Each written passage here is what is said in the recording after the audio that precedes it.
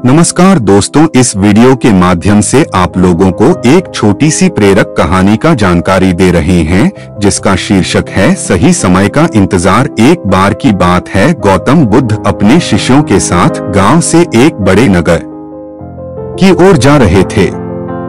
गर्मी के दिन थे, रास्ता भी काफी लंबा था। गौतम बुद्ध भी अपने शिष्यों के साथ बहुत देर से पैदल चल रहे थे, इस वजह से उन सबको प्यास लग गई।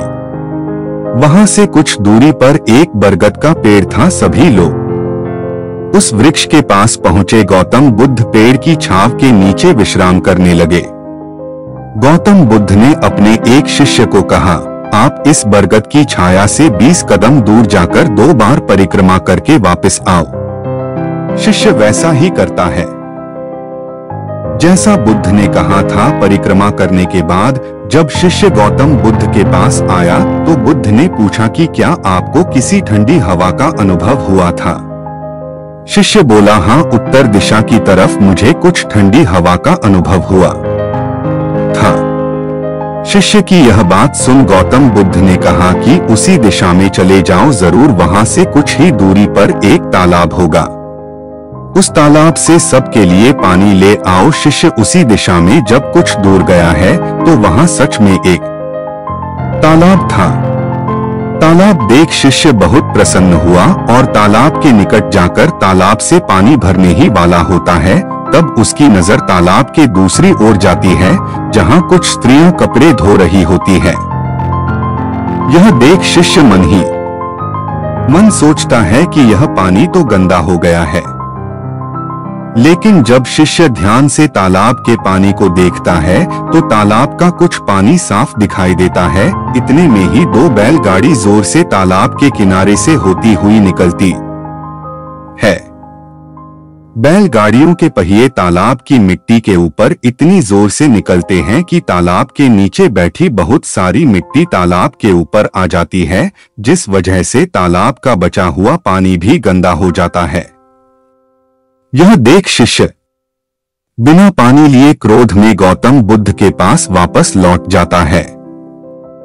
वह बड़े ही निराशा भाव से गौतम बुद्ध को सब बातें बताता है।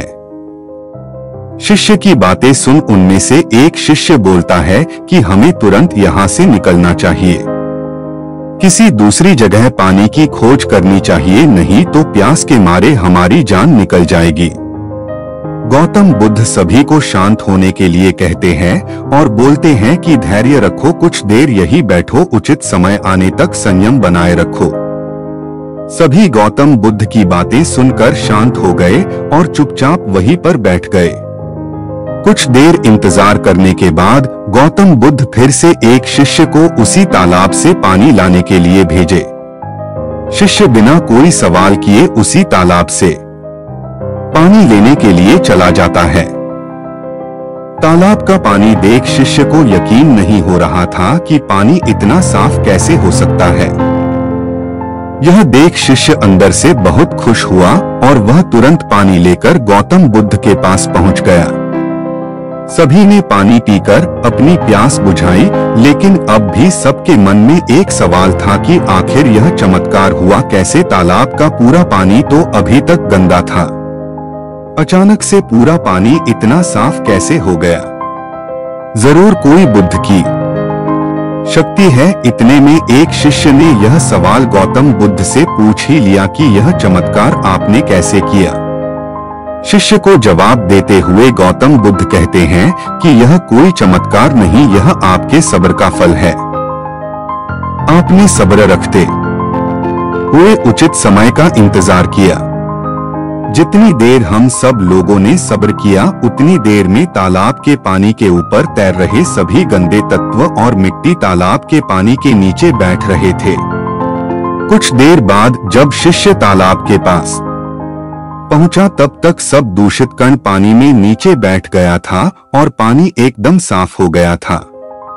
यदि उस समय आप लोगों ने सब्र न किया होता तो शायद इतनी तेज गर्मी में पानी की खोज में प्यासे रहकर अब तक मृत्यु को प्राप्त हो गए होते।